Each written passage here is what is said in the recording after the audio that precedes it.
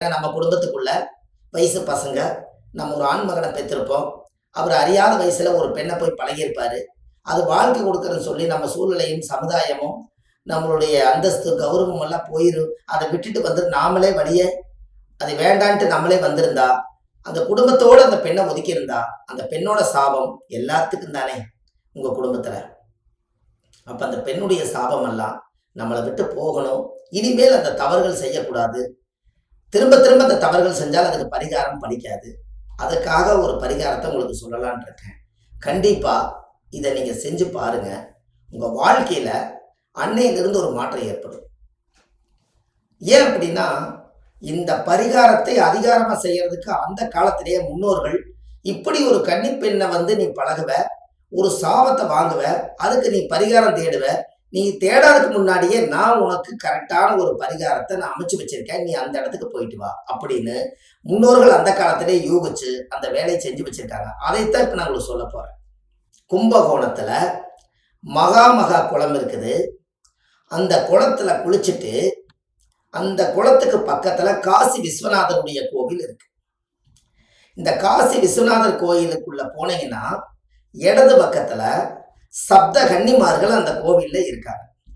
ஒரு பெண்ணுடைய உருவம், ஹைட், வெயிட் எவ்வளவு இருக்குமோ அதே அளவுக்கு சிலைகள் வந்து அந்த காலத்திலேயே 5000 வருஷம் பழமை வாய்ந்த கோவில்ல அப்படி ஒரு பெண்ணாவே இருந்து 7 கன்னிமார்கள் அந்த கோவிலுக்குள்ள இருக்காங்க.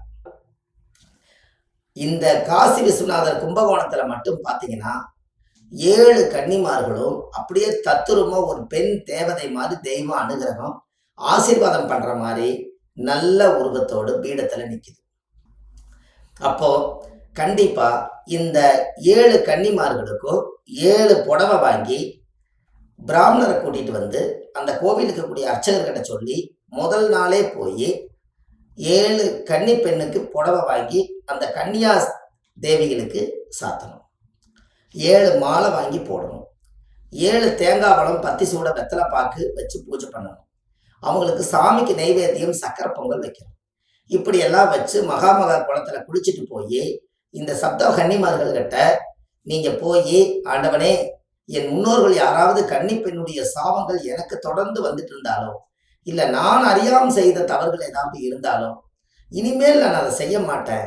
இனிமேல் அந்த கர்மம் என்னை விட்டு போய் எனக்கு என்னுடைய குடும்பத்துல பெண் சாபங்கள் வரக்கூடாதுன்னு சொல்லி அந்த கோவில்ல போய் உங்க பேர்ல அர்ச்சனை பண்ணி சாமி கும்பிட்டு அந்த சக்கரை பொங்கல் பிரசாதம் சாமிக்கு படைச்சிட்டு அதுக்கப்புறம் அந்த சக்கரை பொங்கலை ஒரு 7 பேர்த்துக்கு நீங்க தானம் பண்ணிட்டு வந்தீங்கன்னா அன்னையோட உங்களுக்கு நீங்க செஞ்ச கன்னி பெண்ணோட சாபம் நீங்கிரும்.